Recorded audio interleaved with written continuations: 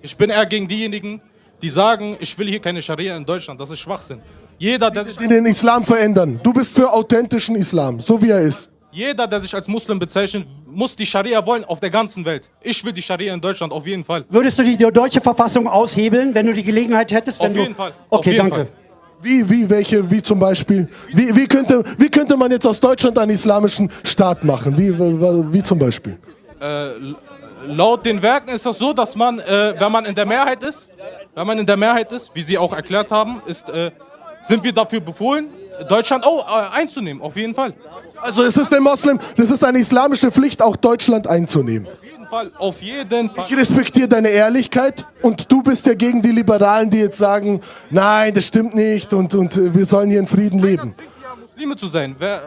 Warum? Es ist eine Auseinandersetzung, wir oder ihr. Entweder ihr übernimmt uns oder wir euch. Ja, auf jeden Fall. Und darum gibt es diesen liberalen Islam. Gibt es eine Unterscheidung politischer Islam und anderer Islam? Jetzt bin ich jetzt im politischen Islam, wenn ich sage, ich will die Scharia, dann... Nein, ich meine, Islam ist doch in alle Lebensbereiche. Kannst du sagen, Islam hat in Politik nichts zu tun? Auf gar keinen Fall. Das ist Kufr, oder nicht? Natürlich. Und welche? Ich verstehe die Menschen. Manchmal, man will seine Religion beschützen und dann sagt man Sachen, die nicht stimmen. Ja, das mit dem Handabschlägen gibt's nicht, etc. Mit welchen Mitteln wollt ihr die Scharia hier installieren und einen islamischen Staat machen? Mit welchen Mitteln? Ich rede nicht von Anschlägen jetzt, zum Beispiel, wenn ich jetzt hier einen Anschlag mache, hier, wo sie gerade demonstrieren. Das ist falsch. Ich rede davon, wenn die Muslime in der Überzahl sind, dann, wenn es sein muss, mit Gewalt. Das ist es. Das ist Auf jeden Fall. Das ist es. Danke, dass einer ehrlich ist und das so sagt. Danke. Das du bestätigst ich habe genau so gedacht, das. 30 Jahre lang habe ich so gedacht wie du. Ich habe immer einer meiner Slogans in den Moscheen. Ich habe Unterricht in Moscheen gegeben. Ich habe 2 Moscheen in Berlin mitgegründet. Ich habe immer gesagt, Deutschland verdient eine satte Islamisierung. Und ich habe immer gesagt, du weißt ganz genau, dass die Scharia bedeutet vieles. Scharia bedeutet die Regelung, wie du betest, wie du fastest, wie du zur Hajj gehst und so weiter und so fort. Die Scharia ist in jeder Moschee lebendig. Aber wenn es um die Gestaltung geht, um diese Gesellschaft, warum kannst du diese Gesellschaft nicht einfach in Ruhe lassen? Warum hast du diese... Nein, du hast eben gerade gesagt, dass wenn die Muslime in der Mehrheit sind, dann würdest du dieses System, das dir alle vor... Mitmachen, auf jeden Fall, ja. Moment, was heißt denn das, wenn ich nicht mitmache? Müsste ich mitmachen, habe ich gesagt. Was musstest du mitmachen? Du müsstest dann mitmachen bei der Umkrempelung der Gesellschaft. Auf jeden Fall. Eine Frage. Glauben die meisten Muslime so wie du? Die meisten wollen keine. In den Moscheen, du sagst ja, ich war früher in Moscheen, wo das gepredigt wurde, das glaube ich nicht. In den Moscheen wird sowas nicht gepredigt. Was passiert da mit Homosexuellen? Wird laut meines, ich glaube, die werden von einem Berg runtergeschmissen. Also, ist ein Hadith, im ist eine islamischen Staat Überlieferung waren es im Islam. Hochhäuser, haben sie runtergeschmissen, also Todesstrafe auf jeden Fall, ne? Ja.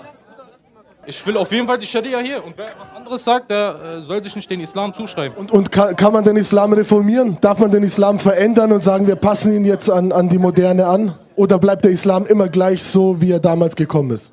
Der bleibt immer gleich. Der bleibt immer gleich. Aber was ich dazu sagen muss, nicht, dass Sie mich falsch verstehen, dass es so Anschläge etc., dass ich hier Ungläubige töten darf etc., sowas gibt's nicht. Aber wie ist denn das? In der Scharia. Ihr werdet dann einladen, sozusagen die deutsche Bevölkerung, den Islam anzunehmen, die Scharia zu akzeptieren. Was ist, wenn dann die Deutschen sich wehren dagegen, wenn sie es nicht wollen? Dann wird angegriffen. Dann wird angegriffen. Auf jeden Fall, ja. Und dann wird auch Gewalt angewendet. Wenn Sie nicht hören, dann ja. Das ist ein legitimer Dschihad, oder?